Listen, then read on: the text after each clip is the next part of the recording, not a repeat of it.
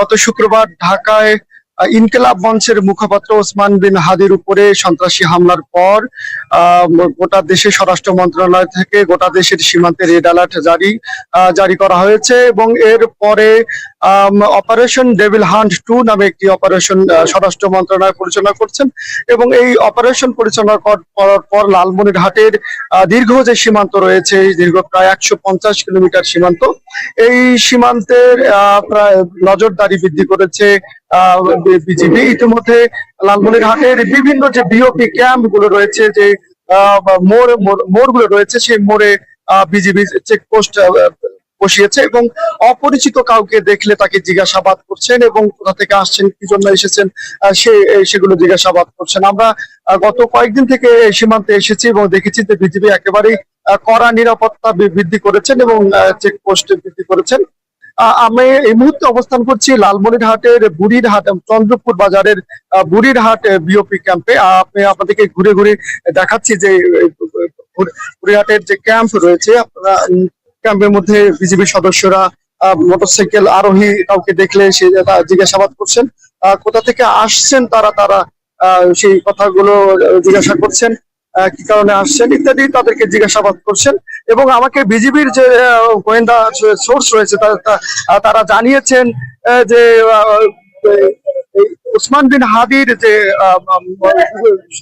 গুলি করা যে সন্ত্রাসী রয়েছে, সেই সন্ত্রাসীকে ধরিয়ে দেওয়ার জন্য স্বরাষ্ট্র মন্ত্রণালয় যে 50 লক্ষ টাকার একটি ঘোষণা দিয়েছে, সেই কথাটি তাদের সবাইকে জানিয়ে দিচ্ছেন বলে স্থানীয় বিজিবির সদস্যরা জানিয়েছেন। এবং তারা জানিয়েছেন যে সীমান্তে যে সকল লোক বসবাস করেন, সীমান্তের সাধারণ মানুষ, তাদেরকেও সতর্ক করা হয়েছে যে এরকম লোককে যদি কেউ দেখে থাকেন তাহলে তাদেরকে বিজেপিকে জানানোর জন্য তারা বলেছেন। একেবারেই লালমনিরহাটের সীমান্ত একেবারেই কড়া নিরাপত্তা চাদরে ঢেকে রেখেছে বিজিবি। আপনাদেরকে জানিয়ে রাখি যে লালমনিরহাট কিন্তু ইতিপূর্বে লালমনিরহাটের যে 3 বিঘা করিডোর রয়েছে, সেই 3 বিঘা করিডোর দিয়ে ইতিপূর্বে বেশ কয়েকজন সন্ত্রাসী ইতিপূর্বে বর্ডার দিয়ে চলে গিয়েছে। তাই এই লালমনিরহাট সীমান্ত স্বরাষ্ট্র মন্ত্রণালয় এবং বিজিবির পক্ষ থেকে এক্সট্রা অতিরিক্ত নজরদারির উপর রয়েছে বলে আমরা জানতে পেরেছি। আমি এই মুহূর্তে একজন কথা বলবো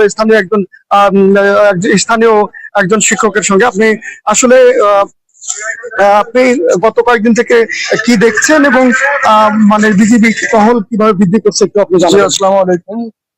বেশ কিছুদিন অর্থাৎ 3-4 দিন থেকে দেখতে পাচ্ছি যে সীমান্তের অত্যন্ত প্রহরী বিজিবিরা তারা অত্যন্ত সুন্দরভাবে সুশৃঙ্খল ভাবে চেকপোস্ট বসিয়ে দেখা যাচ্ছে তারা যদি যেখান থেকে অপরিচিত কোনো লোককে আসলে তাকে জিজ্ঞাসাবাদ করতেছে এবং কি তাদের যে দায়িত্ব তারা সেই দায়িত্ব মোতাবেক সীমান্তে সবকিছুই সুন্দরভাবে পরিচালনা করে আসছেন।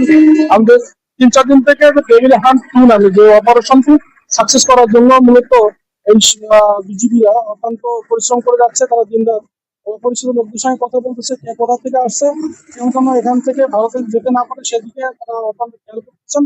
এবং তাদের আমি মনে করি যে এভাবে যদি তারা দায়িত্ব পালন করে সেক্ষেত্রে যে হাদিকে যারা নিশ্চিতভাবে হত্যা করার চেষ্টা করেছিল তারা কোনোভাবে পালন করতে পারবে না বলে আমার বিশ্বাস। তো আমি ধন্যবাদ জানাচ্ছি। বিজিবির চেকপোস্টে আপনারা কিভাবে দেখছেন? হ্যাঁ, আমরা দেখছি যে আসলে এটা অনেক ভালো একটি কাজ, যেহেতু অপরিচিত লোক কে কোথা থেকে আসছেন বা কে কোথা যাচ্ছেন সবকিছু তারা তল্লাশি করতেছেন এবং কি তাদের কাছে সন্দেহমূলক কোনো কিছু থাকলে সেগুলো খুলে তারা দেখতেছে।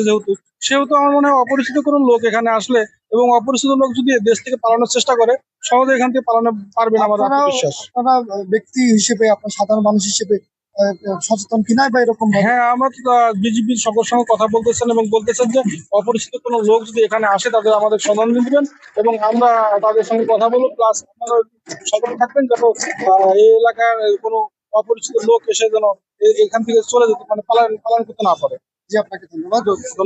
একেবারেই গত শুক্রবার ইনকিলাব মঞ্চের মুখপাত্র ওসমান বিন হাদির উপরে হামলার পর এবং স্বরাষ্ট্র মন্ত্রণালয়ের অপারেশন ডেভিল হান্ট 2 চালু হওয়ার পর লালমনিরহাটের যে 150 কিলোমিটার সীমান্ত রয়েছে, সেই সীমান্তে বিজিবি একেবারে কড়া নিরাপত্তা চাদরে বিজিবি কড়া নিরাপত্তা বৃদ্ধি করেছে এবং এই পরবর্তী নির্দেশনা না দেওয়া পর্যন্ত এই অতিরিক্ত চেকপোস্ট এবং নিরাপত্তা থাকবে বলে বিজিবি সূত্র আমাদেরকে জানিয়েছেন।